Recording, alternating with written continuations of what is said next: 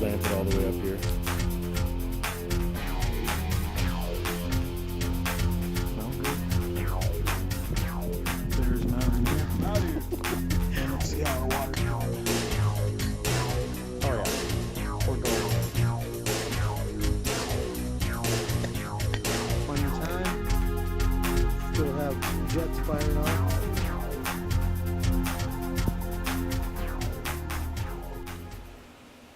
Hey everybody, just thought I'd make a quick video showing a couple of the things that I picked up over the last couple of weeks.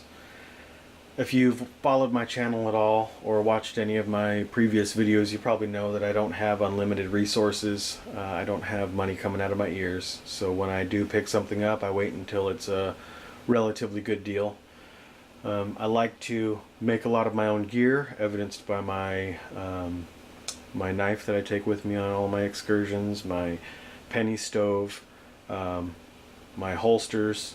So I get satisfaction out of building my own gear and using it outside, but I just don't have the money with 4 kids. I just don't have the dough to just throw around. So when I pick something up, it's usually reasonably priced. So I avoided all the panic buying a couple months back. I'm sure if you guys are watching this video, you know what I'm talking about. I didn't go to my usual gun store, and it was partially because I did not want to walk in there and find a bunch of inflated prices. I've been going to this place for almost 20 years. Bought my first handgun from them, bought quite a few since then, and I just didn't want to be turned off by their participation in the price gouging that's been going around. You know, you guys know what I'm talking about. The $60 P mags, the $2,000 AR15s, that used to go for $800, that kind of stuff.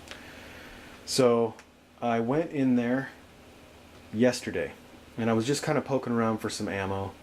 I'm sitting okay on ammo. I just wanted to go in there and maybe get some more 22 long rifle. I think I hear some of you laughing, which I'm kind of laughing, but it's really not that funny. 22 long rifle is almost nowhere to be found. I found a couple places online that have it, but you're spending $30 and then paying $20 in shipping. I mean, it's ridiculous. So I went in there and I just kind of poked around a little bit, and let me walk around to the other side here. And I bought, let's see, I bought this 158 grain 38 special. That's for my wife's LCR 357, but for target shooting, she shoots 38 special. I think I paid like $15 or something for a box of 50 of this MagTech. See if I'm showing you guys here. MagTech. Found some Remington UMC for my 10mm, and this stuff is just expensive anyway. But 180 grain full metal jacket, box of 50. I think I paid close to $30 for that. I wasn't going to buy a ton. I have some 10mm ammo anyway. I'll buy a little at a time, and it'll add up eventually. I also I wasn't holding my breath for AR mags, but they had a couple 20 round mags. They had some Magpul, and then they had these Thermold. The Magpul mags, they were selling for $35 for a 20 round mag. Now I know that's expensive, but as I'm talking to the owner, he said that he wasn't gonna inflate his prices just because he wants to make sure his customers come back. So if there is something that's more expensive than usual, it's because they had to pay more. So that was reflected in those Magpul mags. These Thermold mags, they're functional, not as good as a P-mag, but they were $14.99. Just a couple 20 round mags. These are the only two 20 rounders that I have at this point, and I don't plan on buying any more.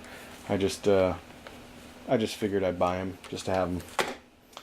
I don't own a Springfield XD 9mm, but my brother does, and so I called him up, said that I saw this 32 round Pro Mag hanging on the shelf.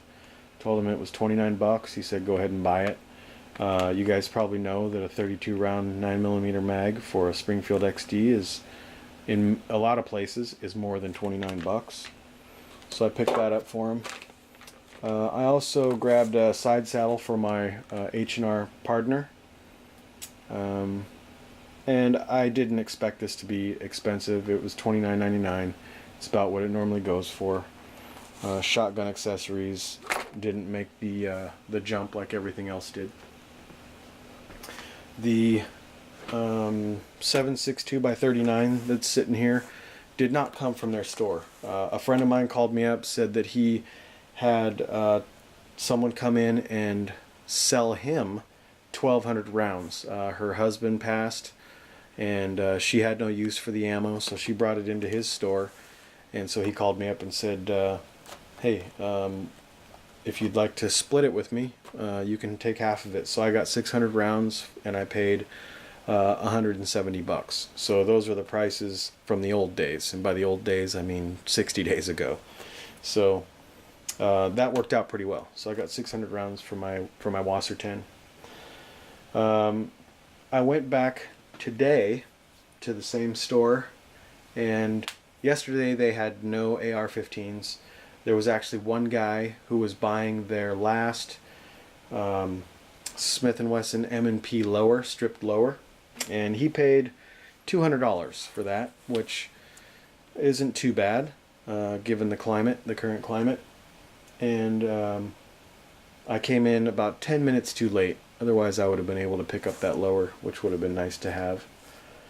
But when I walked in there today, he said, hey, check this out. I got this Bushmaster AR15 sitting up here on the wall. They got 3 of them in that morning. I walked in at about 11 o'clock, and this was the only one left. This one is the mag pull edition, so it's all mag pulled out.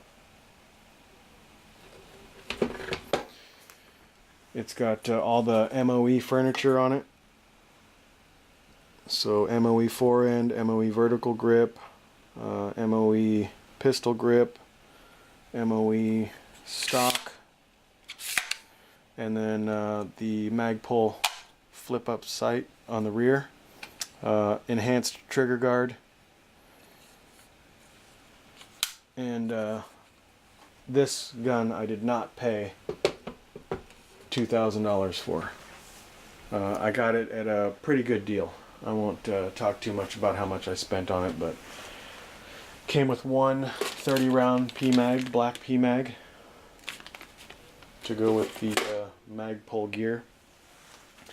And I'm not sure what I'm going to do with that thing yet. I picked it up just because it was there. I was looking at it, and another guy was saying, hey, if you're not going to buy that, I'll buy it. And, you know, I don't know if I growled or, you know, got territorial with the gun, but I ended up buying it.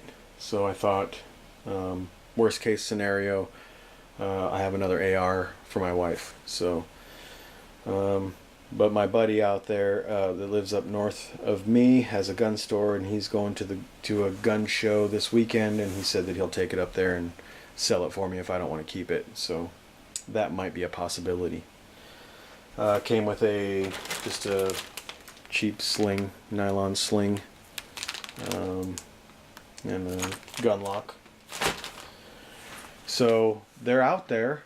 You know, they're usually pretty overpriced, but they are floating around. What else have I been doing? Some of you may have known that I moved a few months back, and we downsized quite a bit. We went from a 2,000 square foot home to 1,000 square feet. So some serious adjustments needed to be made around here. Getting rid of a bunch of clutter, and whatever didn't fit into our house, of course, ends up in the garage, which means that my shop is just packed full of boxes. So there's little to no room to work in there. I cleared a little bit of space so that I can get some holsters made. I had some improvements that I wanted to make on my current hybrid holster, and I ended up making one for myself, which is this one here. It's changed a little bit in the finish that I put on it. I was also making my belt clips out of Kydex, I had one guy who broke two of them, and I think that he broke two of them on the same side, one after the other.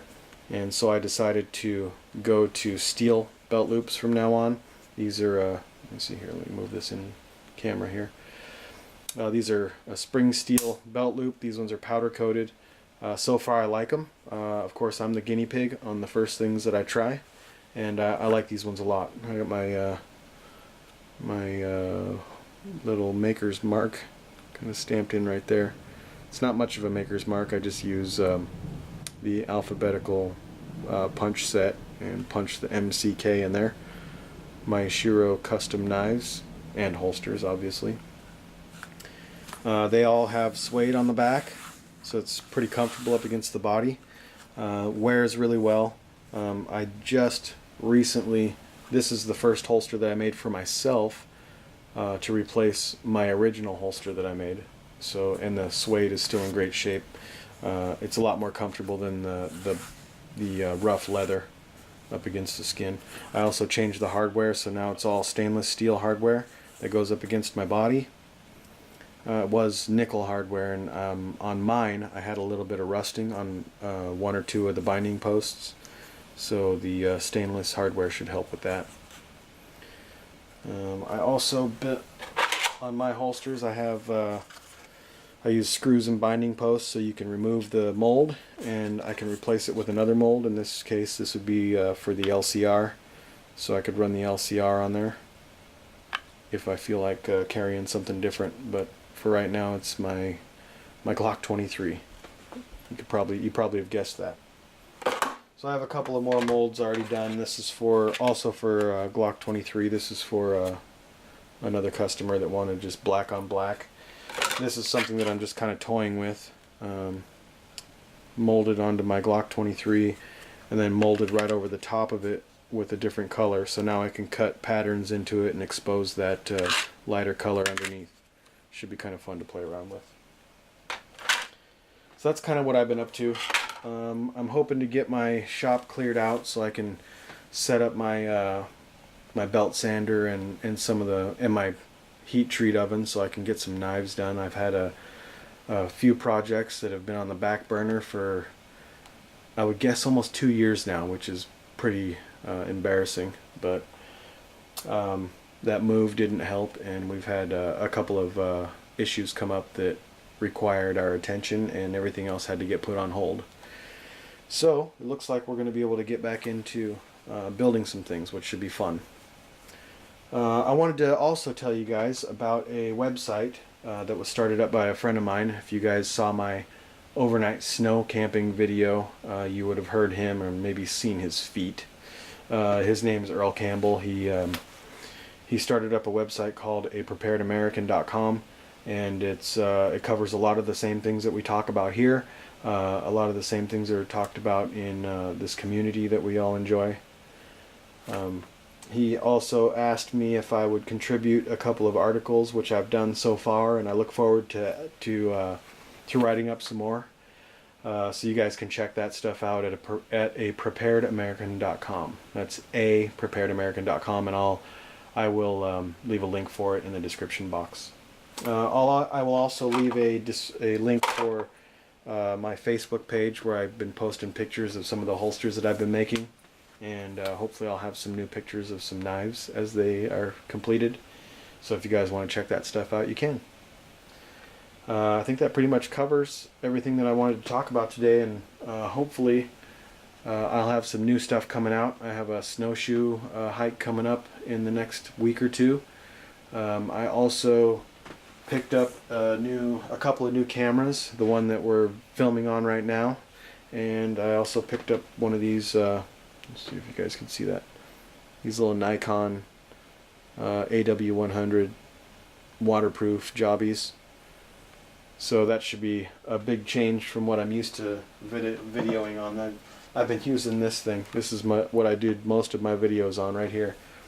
And let me see if you can see it. Oh, it actually opened up. Usually the little shutter doesn't even open up all the way, or the little dust cover. Yeah, it's opening fine now. Of course it does that when you guys are watching. But if you can see, I dropped it right here. I had it set up on a timer, and then the wind blew it and ganked up the front there. So it kind of gave me an excuse to buy a new camera. Or two, apparently. I also got a tripod, which I've never had before. So that's kind of new. You guys are sitting on a tripod right now. Usually I have my camera like wedged on something or balancing precariously, which results in stuff like that. So, should be a lot of fun to play around with the cameras. And my GoPro camera, I had some sort of a malfunction, so I shipped that off to GoPro, and they're either going to repair it or replace it for me. So that'll be cool to get that back. I have some more riding videos I'm going to make. I'm doing a 100-mile desert race in April, so that should be fun, getting some footage from that. If any of you guys are in Washington and you ride, check out stumpjumpers.com, and they have their 43rd annual Desert 100 coming up in April. So maybe we'll see some of you guys out there. Well, thanks for watching, and I will talk to you guys next time. Take care.